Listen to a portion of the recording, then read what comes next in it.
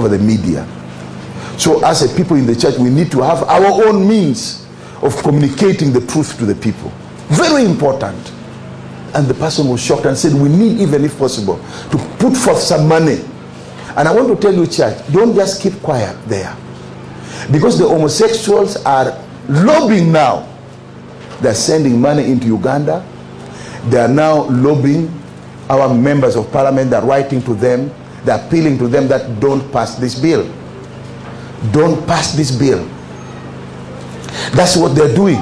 They're appealing to our own president, whom earlier on we knew was actually against that lifestyle. They're appealing to him that stop this bill. They're doing everything possible. You know? And what are they saying? Like one letter here written to our parliamentarians. I got a copy. I want to read you just 2 lines, 2 points. It says, if the anti-homosexuality bill debated during the last session of Uganda's 8th parliament, there are some questions that run for deeper than the debate about homosexuality in Africa. Will Uganda's parliament help build a society based on democratic values and institution, or will religious theocracy encroach on this cherished institution? In other words, what the homosexuals are saying is, the parliament of Uganda going to build democracy, or are they going to promote theocracy? Theocracy is the rule of God. And they're saying, for them, let me tell you, the people of Uganda should be very careful. These people are even dressing, they're repackaging homosexuality, and they're dressing it with the democracy. For them, democracy is doing anything you want. It's doing anything you want. This is the question. But for us, we know what is good for our people. We know what is good for our children. For them, it is democracy for homosexuality to be propagated. For them, it is democracy. Is that the kind of democracy we want here? If that democracy is good for the Western world, let them keep it. Why do they want to force us to have it here? So you need to appeal to your members of parliament. They are talking to them. These people are accessing them through mails. They are reading. I mean, they're sending letters to them. They're sending people to talk to them. But with us here, we are in the blind. We don't know what is happening.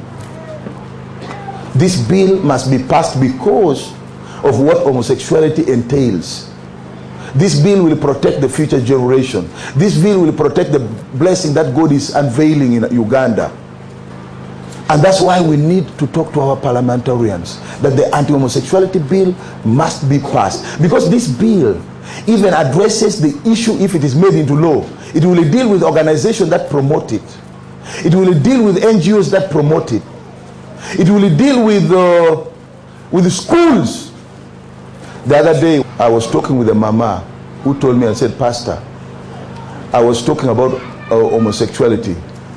And then he told me, he said, you know, Pastor, what you are telling us is very true. And this mama told me, he said, look, we sent a girl to senior 1. And the girl joined the school in senior 1. And when she went to that school, the other girls began to try to force her into lesbianism. The other students, they tried to force her into that. And she went and reported it to the matron and said, look, this girl wants to do A, B, C, D on me. And the matron spoke to this little girl and just told the little girl, why don't you just do what they say? Look at that.